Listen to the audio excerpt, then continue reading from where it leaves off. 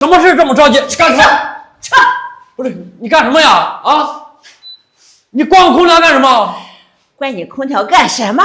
你那个外机响的扔，呜啦的，我都烦死了，搞得我晚上睡不着，白天睡不醒，搞得我天天昏昏沉沉，我都烦死了。天气这么热，我不开空调我受不了啊！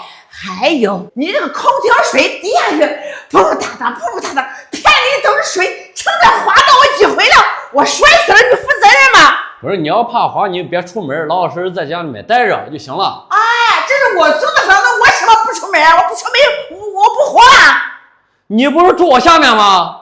啊，对呀，我不是下面还不找你呢。你这无理取闹吧？你说，我要不看你岁数大，早就把你撵出去了。哎呀，你撵我，你凭什么撵我？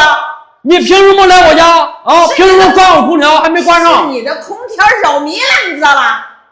还扰民？这大白天的扰什么民啊？你这个噪音我就受不了，你那个水我也受不了。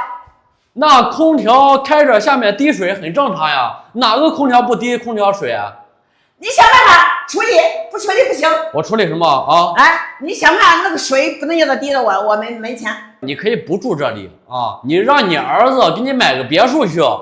你怎么买别墅啊？你让我买别墅？你儿子不是开大饭店的吗？我管你，你管我干什么？你就是噪音大。咱这一栋这么多住户，人家都开空调，你怎么不管？就来找我？别人都关了，你看吧，别人都关掉了，就剩你了。哼，你还真是不讲道理。他扰民就不行，他扰我就不行。去敬老院，敬老院都是老人。我到哪你管得着吗？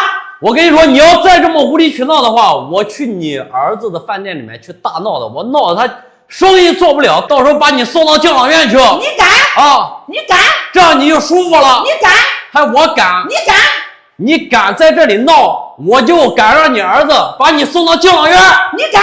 哎，我就敢。你真的敢？我就敢。真的敢？我就敢。我就敢啊！你倚老卖老。